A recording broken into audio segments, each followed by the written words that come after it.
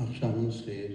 Mən ilk növbədə başda Mübariz müəllim olmaqla, çəkiliş qrupunun kollektivi olmaqla, tədbir iştirakçılarının hamısını qarşıdan gələn sabahçı Zəfər bayramı münasibəti ilə təbrik edirəm. Arzu edirəm ki, qələbəli, zəfərli günlərimiz çox olsun. Bu film həqiqətən də çox təsirli bir film, təsir etdi hər kəsə, təsirli bir film idi. Bu bir nəfər, deyirəm, Əsgərovun timsalında bir nəfər əsirin çağırışı, nətər deyim, imdadı idi, başına gələn müsibət idi. Mən arzu edirəm ki, bütün əsir, sağ qalan əsirlərin də imdadını bütün dünyaya çatdırasınız. Bu bir tarixdir. Bu, gələcək nəsillər ötürülən bir tarixdir. Aylar da ötəcək, illər də keçəcək, biz hamımız ölüb gedəcək. Amma belə filmlər nəsildən nəsilə tarix boyu ötürüləcək. Arzu edirəm ki, Mübariz müəllim, uğurlarınız bol olsun. Arzu edirəm Azərbaycanın həqiqətini, ağrılı, acılı günlərini gələcək nəsillərə ötürmək üçün bu yolda sizə uğurlar arzulayıram. Bu qədər. Şəhid Həsən Həsənovun qızı da buradadır, Özləm xanım. Onu da almışlayalım.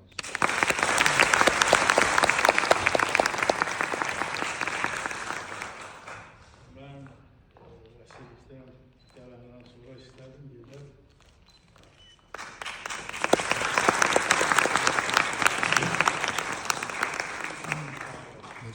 Çox ürəyimdən keçdi ki, Həsənin qızlarından görüşəm. Bizim orada söhbətimiz oldu. Axır çıxış yolu yoxdur. Hər tərəf müasirə edir. Müasirə deyilsin necədir? Bizim o film var, Nəsmi filmində.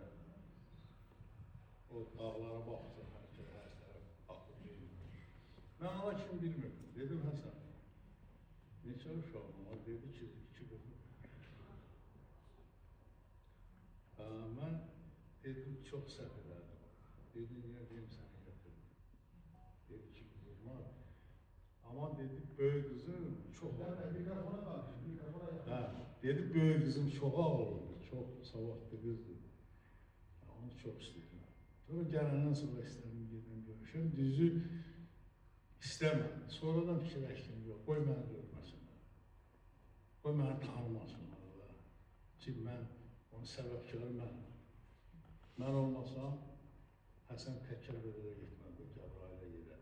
Ola bilsin ki, o qızın qəlbində, onun yoldaşını edilməli, onların qəlbində mavi qarşı bir nifrət vardı. Ona görə də görmədim, getmədim.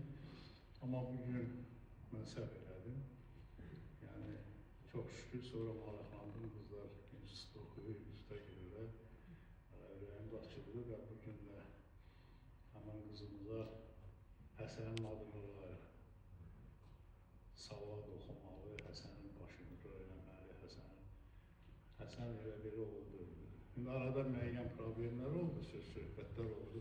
Bu müxalifətçilər tərəfdən söz turladılar, nə bilim, əvəz Zeynalı biraz ara qatdı, biraz o Naxçıvanlı qatdı, biraz bizim o mənlə Kəbirlərə gedən qatdı, düşdük. Getdi prezident aparatının qalanında səs-küy saldı. Yəni, belə şeylər oldu. Bunlar çalışırdılar ki, bəzi qüvvələr mənim gördüyüm işlərin üstündən qərara keçək. Mən 98, 99, 2005, 2007'nin may ayı, 2007'nin sentyabr ayı, 2009, nə bilim, 2011, axırı 2014. Bunu elə reklama verdilər ki, mən güya öz başına, xeyr, burada öz başına alabiliyordu, mən bugün açıq danışıram, qoy hamıda bilsin. Mənim gedişimdən devlətin ən yüksək orqanı, yəni bizim Müdafiə Naziri Zakir Həsənov da bu işin içindəydi. Azərbaycanın Milli Təhlükəsinin nazirində o vaxt Şeyhlar Mahmud. Ancaq bunu fırladılar, yıxdılar Əli Həsənovun üstəki Qaşqınqomun sədri Əli Həsənov görünür. Əli Həsənov kiməsə risk edir, 3 dənə pul işlər avtomat verə bilər, 3 dənə pul işlər pistolet verə bilər. Bizim bu müxalifətdə olanlar, əvvəl Zeynalı kimləri, başqaları buna başqa don geyindirlər. Mənim bu işlərimizdən xətt vermək istəyirlər.